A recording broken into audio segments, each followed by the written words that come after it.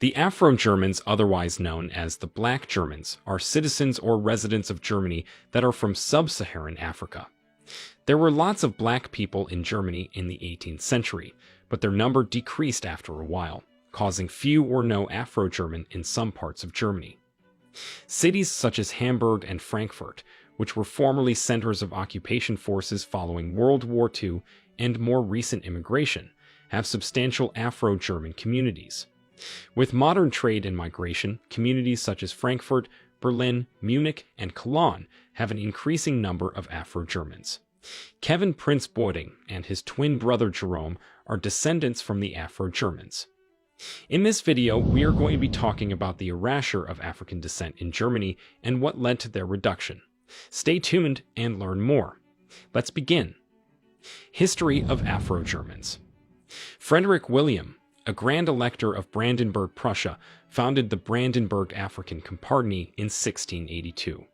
He also ordered the establishment of a fort on the coast of present-day Ghana to rival Europe's great sea powers.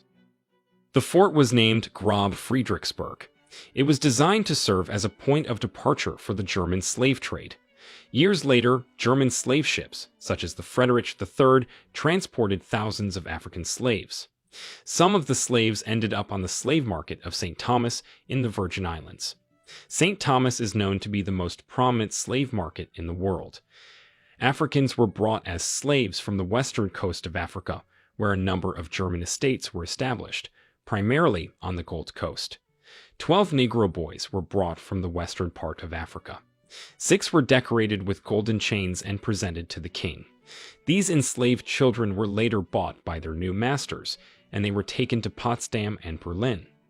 King Friedrich Wilhelm I of Prussia later sold his Ghana Grob Friedrichsburg estates, situated in Africa, in 1717. During this period, slaves were traded for German linen fabrics and interracial couples were pressured. Before World War I, thousands of black people lived in Germany, some of which came from Africa, North and South America, and the Caribbean. The First World War limited international travel and migration in 1914. The Germans imposed strict migration rules. Some that had traveled to the country for business only stayed for a while, then left before the war commenced. After World War I ended, the immigrants who were still in the country could not leave because they had no passports or travel documents. Hence, they were stranded in the country. The erasure of the Afro-Germans. The erasure of people of African descent from Germany is a gradual process that eventually occurred after several harsh conditions and laws. The Afro-Germans' population largely declined during the Nazi regime. The Nazis, short for National Socialists, were a political party that rose to power in Germany in the 1930s, led by Adolf Hitler. The Nazi Party was known for its extreme nationalism, racism, and totalitarianism, and sought to establish a fascist state based on these ideals. In the 19th century, several thousand blacks were living in Germany, but when the Nazis came into power, the blacks were harassed and persecuted. The Nazi regime promoted the idea of Aryan supremacy and aimed to purify the German population through eugenics and racial policies. Non-Aryans, including Jews, Roma, Sinti, homosexuals, disabled individuals, and people of African descent, were considered inferior and targeted for exclusion and persecution.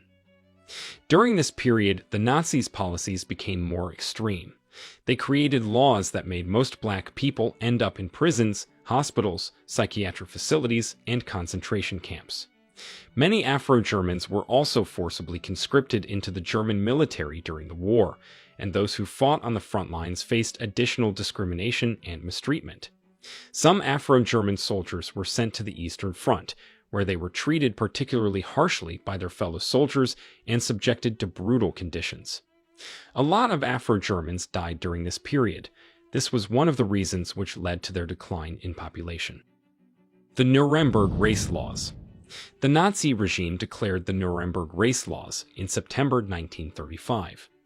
These laws were put in place because of the Jews, but in November 1935, the law also affected the black and the Roman people. During this period, those of non-Aryan descent were called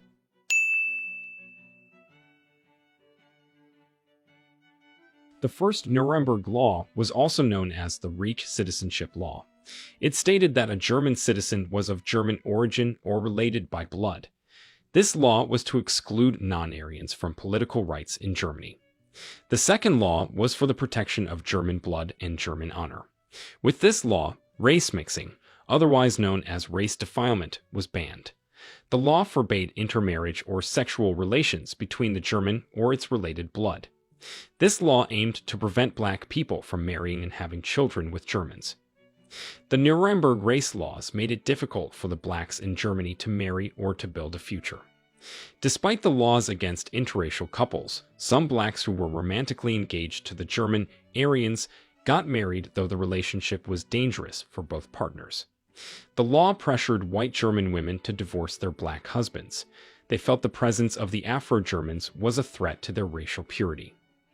Afro-Germans were popularly known as Rhineland bastards, a derogatory term used to describe people of mixed-race ancestry. The detests for the African descent also made Bernhard Dernberg, the German director for colonial affairs, make a derogatory statement. He announced that some native tribes, just like some animals, must be destroyed. During this period, not only were the Africans hated, the Jews and some people who were not related to German blood were criticized. Black children were excluded from schools. They suffered a lot of criticism from their parents. They felt lonely, isolated, and excluded from society. The children wanted to be part of the German excitement, but that wasn't allowed. At first, the discrimination against school children was a local initiative, but things got worse when the Nazis took control of schooling and enforced formal bans against black students. The Nazi law completely banned Jewish children from attending German public schools. Forced sterilization. This was a wicked strategy used by the Nazis to persecute black people in Germany. They forcefully sterilized the multiracial children in Rhineland. The Nazis wanted to prevent race mixing, so they forcibly sterilized the black men while seeing them as a threat to the strength and purity of the Aryan race. This sterilization was to make them unable to have children. They announced the law for the prevention of offspring with hereditary diseases in a bid to prevent race mixing in 1933.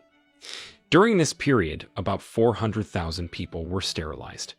For instance, Ferdinand Allen, who was from a black British father and a white German mother, suffered from epilepsy and was forcibly sterilized by court order on May 15, 1941. Allen was later murdered at Bernburg by the Nazis, following their T4 program. We are going to be telling you more about this T4 program shortly. A secret Gestapo coordinated the forced sterilization of multiracial children in 1930, and a total of 385 children and teenagers were forcibly sterilized. Establishment of the T4 program. The T4 program, also known as the Euthanasia program, was a Nazi policy involving the involuntary euthanasia of people with physical and mental disabilities. The program also targeted other groups deemed unworthy of life, including Afro-Germans. The T4 program had a significant impact on the decline of Afro-Germans because it allowed the forced sterilization and murder of those who were considered racially inferior. One of the victims of the T4 program is hilarious Larry Gilges, who was a black German dancer and communist activist. He was murdered by the Nazis and his body was left on the street on June 20, 1933. Gilges' murder took place during the first months of the Nazi regime. The law for the restoration of the professional civil service. The law for the restoration of the professional civil service was enacted in April 1933. The law provided for the removal of Jews and others deemed politically unreliable from government positions, including teaching positions in schools and universities, administrative positions, and other roles within the civil service. The law defined Jews as anyone who had at least one Jewish grandparent, and also included political dissidents, homosexuals, and others deemed undesirable by the Nazi regime. African descent was greatly affected by this law because only citizens could allegedly become civil servants. Naturalized Afro-Germans lost their passports, and the working conditions became difficult, especially for those in prominent industries such as music or movies. Many Germans embraced this ideology and openly discriminated against black people on their initiative. Colleagues and bosses were reluctant to work with people whose skin color marked them as outsiders in the Nazi racial community. All these rules that were brought up by the Germans helped in the reduction and erasure of African descent from Germany. It is important to know that in the latter years, Afro-Germans have fought for their rights. They used a variety of methods to fight for their rights. They have participated in protests and demonstrations to demand their rights and challenge racial discrimination. For example, the black community in Germany organized protests against discriminatory laws and practices, such as the ban on interracial marriage in the 1920s and 1930s. In addition to protests, they have engaged in civil disobedience, such as refusing to comply with discriminatory laws or regulations. An example is Theodor Michael, a black German who refused to comply with the Nazi policy of racial segregation in public transportation during World War II. Afro-Germans have also used legal action to challenge discriminatory practices and laws. In the 1950s and 1960s, some Afro-Germans successfully challenged the German government's refusal to grant them citizenship rights. In his book, Being German and Also Black, Theodor Michael Wanja, whose father was originally from Douala in Cameroon and his mother German, recounts how his father and other Africans were kept in human zoos for ethnological expositions. That was the best most blacks could do at the time to make a living in Germany. Germans put them there, and other white people came to watch them without any shame. Up until the 1930s, there were about 400 human zoos in Germany alone. Most of these Africans were homesick. Some died because they couldn't get vaccinated or any treatment.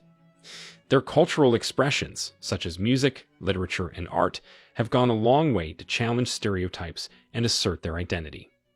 For example, the Afro-German jazz musician Louis Armstrong was an important cultural figure in Germany during the 1930s and 1940s. Sadly, some Afro-Germans who fought for their rights were killed for their activism. Amadeu Antonio Quioa, who was an activist, was murdered by neo-Nazis in 1992. His death sparked widespread outrage and led to the creation of the Amadeu Antonio Foundation, which works to combat racism and xenophobia in Germany. Memorial plaques called Stolperstein, meaning stumbling stones, have been dedicated to black victims of Nazi persecution and murder. Now that you know about the erasure of the Afro-Germans, it will be interesting to know there were also Afro-Argentines. We have added a video on our channel which talks about how Argentina got rid of its black population.